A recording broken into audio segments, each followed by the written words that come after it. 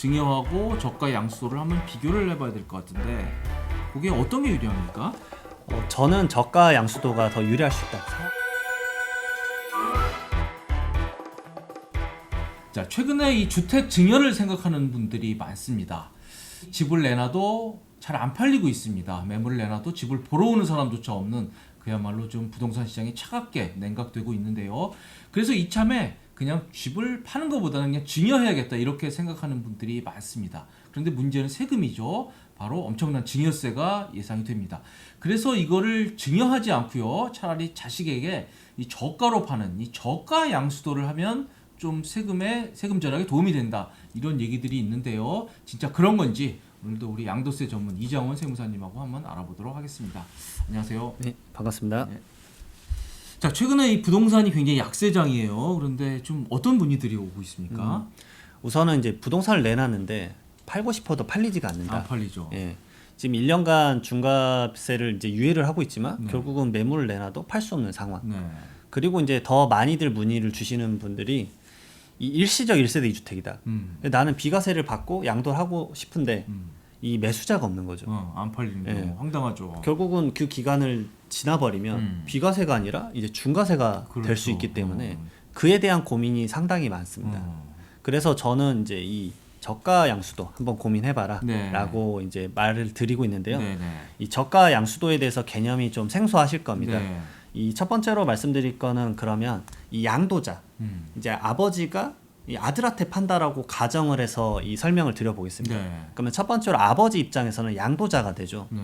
그러면 특수관계인 간의 거래고 그 다음에 시가 거래가액의 차익이 3억 원 이상이거나 시가의 5%에 상당하는 금액 이상이면 이 세법에서 부당행위 계산 부인이란 적용을 받습니다. 네. 이 부당한 행위의 계산을 부인하겠다.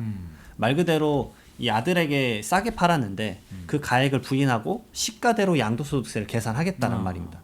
하지만 이 아버지가 비과세를 받을 수 있다라면 그 세제 혜택을 이 시가로 적용을 해서 계산하더라도 이 부담이 크지 않을 수 있다. 그렇죠. 그러면 이 싸게 받는 싸게 양수라는 저가 양수라는 자녀 입장에서는 어떤 세금이 발생하느냐? 이 말 그대로 증여세가 발생할 수 있습니다. 그렇죠. 예. 그래서 증여세 같은 경우 저가 양수에 따른 이 증여세 계산을 해야 되는데 이 특수관계인 간의 거래는 이 저가 양수, 이 양수자 입장에서 이 과세 요건을 충족을 하면 증여재산가액을 계산하게 되어 있습니다. 그래서 시가에서 양수 대가를 빼고 그 다음에 그 차액의 금액이 시가의 30% 또는 이 3억 원. 앞서 봤던 양도소득세는 시가의 5%와 3억 원인데 네. 여기는 시가의 30%로 요건이 좀 더 낮습니다. 이 요건을 충족을 하게 되면 증여재산가액을 계산하게 되어 있죠. 이 시가에서 대가를 빼시고 그다음에 시가의 30%와 3억 원 중에 작은 금액을 차감해서 증여재산가액을 계산해서 이 세제상 이 증여세가 얼마 나오는지 네. 계산을 하는 겁니다. 네네. 한마디로 이 시가와 대가의 차이에서 저 정도는 빼주고 그리고 그 넘는 부분에 대해서 이제 증여세가 나온다 이런 얘기네요. 그러면 이 저가 양수도 계산 간단한 거를 살펴봐서 어떤 혜택이 있는지 좀 보도록 하겠습니다. 네. 이 아버지가 8억 원에 취득을 하셨고 이 시가가 15억 원인데 네. 자녀에게 10억 원의 저가 이제 양수도를 하신 거죠. 그렇다면 10억 원으로 양도세를 계산하는 게 아니라 이 15억 원으로 계산한다. 하지만 지금 다주택자 중과세가 유예가 되고 있고 그다음에 내가 일시적 1세대 2주택이나 이런 비과세를 받을 수 있는 상황이다. 네. 라고 하면은 지금의 이 기간을 꼭 활용을 잘 하셨으면 좋겠습니다. 그렇죠. 말 그대로 15억 원에서 이 8억 원 차감한 7억 원에 대해서 계산하더라도 세부담이 크지 않다라고 하면은 가능한 부분이고요. 그 다음에 양수자의 저가 양수 증여세를 계산해야죠. 그러면 15억 원에서 이 10억 원을 빼고 그 다음에 이 시가의 30% 또는 3억 원과의 차익이 더 발생했죠. 네. 5억 원의 차익이 발생했기 때문에 과세 요건을 충족을 했고 그러면은 증여세가 얼마냐? 계산을 쭉 해봤더니 2억 원에 대한 증여재산가액이 나옵니다. 네. 사실 증여재산가액이 2억 원이면 그렇게 높은 크지 증여세가 않죠. 나오지 네, 않죠. 네. 결국은 자녀가 이 증여세를 감당을 할 수 있다라는 부분이고 그리고 증여재산가액 2억 원이 또 어디로 가지도 않습니다. 결국은 대가로 줬던 10억 원과 2억 원을 추가를 해서 미래에 내가 자녀가 양도를 할 때 그 취득가액에 얹어지기 때문에 그렇죠. 그리고 자녀도 이걸 받고 나서 무조건 1세대 1주택 비과세 요건을 만들어서 양도를 한다면 이 자녀의 세부담도 크진 않을 수 있습니다. 네. 자, 아무튼 저 사례를 보니까 이 저가 양수도가 절세 분명히 도움이 되네요. 예. 근데 이게 좀 더 설득력이 있으려 그러면 그냥 주는 무상 증여 증여하고 저가 양수도를 한번 비교를 해봐야 될 것 같은데 그게 어떤 게 유리합니까? 저는 저가 양수도가 더 유리할 수 있다. 상황에 따라서는. 아, 왜냐하면 가액이 높으면 증여세 부담이 너무 크고 그렇죠. 증여세를 결국은 자녀가 다 내야 되기 때문에 일정 부분을 분산시킬 수 있는 효과를 가져갈 수 있는 이 저가 양수도를 고민해 보라고 말씀드립니다. 네네. 이 계산 사례를 한번 보시게 되면 이 증여자가 경기도 소재 아파트 15년째 거주 중이고 일시적 1세대 2주택자 그리고 아파트 시가는 12억 원, 취득가액은 6억 원. 그러면 자녀가 22년 12월 말에 이 실제 지급액이 6억 원으로 이 저가 양수도를 했다. 네. 그러면 이게 단순히 12억 원의 증여를 했을 때와 이 저가 양수도 했을 때 세액 차이가 얼마나 나는지 한번 계산을 통해서 말씀을 드리겠습니다. 네. 이 먼저 양도소득세 부분이죠. 이 양도소득세는 말 그대로 아버지가 내는 세금이지만 아까 가정에서 봤듯이 이 12억 원까지는 지금 세법상 비과세가 가능합니다. 이 실제 양도는 6억 원에서 6억 원이라서 어차피 양도 차익 발생 안 하지만 결국 부당행위 계산 기준에 적용이 돼 버리기 때문에 네. 시가인 12억 원이 양도가액이 돼서 계산이 되더라도 나는 비과세이기 때문에 결국은 양도소득세가 발생하지 않습니다. 문제가 안 생기는 거군요. 예. 네.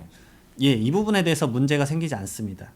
그러면 이제 증여세, 자녀가 어떤 세금을 내는지를 이제 살펴보면 이 자녀는 순수 증여를 12억 원을 받았다라고 하면 산출세액이 3억 원이 나오는데 결국은 다시 계산하게 되면 12억 원 마이너스 6억 원, 그 다음에 시가의 30%와 그 다음에 3억 원 중에 작은 금액, 과세 요건을 충족을 해버린 상황이어서 네. 증여재산가액을 계산해 보면 이 3억 원밖에 나오지 않습니다.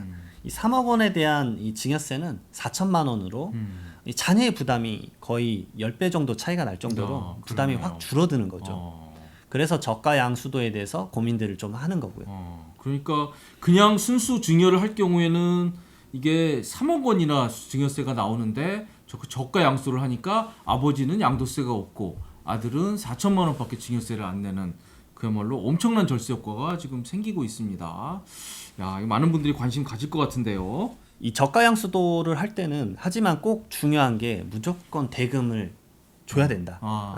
왜냐하면 실제 이거는 6억 원이 가야 되는 거군요. 그러니까 예 맞습니다. 왜냐하면 이거는 증여가 아니고 말 그대로 유상으로 산 거기 때문에 파는 거죠. 무조건 자금을 줘야 되고 그다음에 이 얕은 수를 써서 이 자금을 또 돌려주겠다 이런 생각은 아예 안 하시는 게 안 좋습니다. 되죠. 예. 예.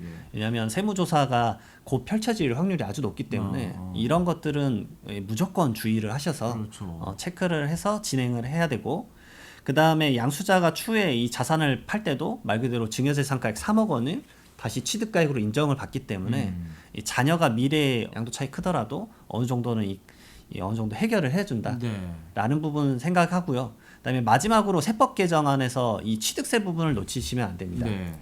이 저가 양수도 때 2023년도부터는 이 취득세 부담도 달라지는데요.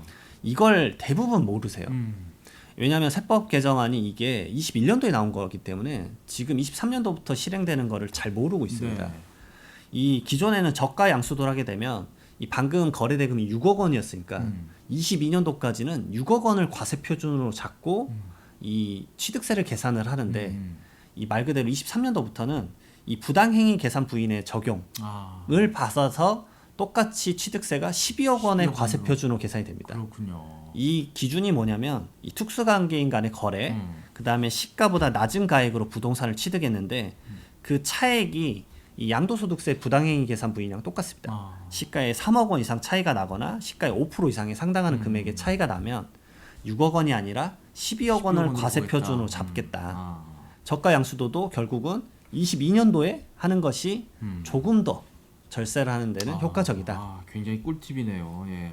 자, 한번 제가 다시 한번 요약을 해보겠습니다. 순수 증여보다는 저 저가 양수도를 할 경우에 따라서는 엄청난 절세 효과가 발휘된다라는 게 첫 번째고요. 두 번째는 이게 저가 양수도일 경우에 이 부당행위 계산이 적용이 될 경우에 지금까지 취득세는 문제가 없었습니다만 내년부터는 취득세도 왕창 올라가게 된다, 법 개정으로. 따라서 하려면 올해 해야 된다, 이렇게 요약이 될 수 있겠네요. 예, 맞습니다. 올해 꼭 고민을 한번 해봐라 네. 라고 하고 싶습니다. 예.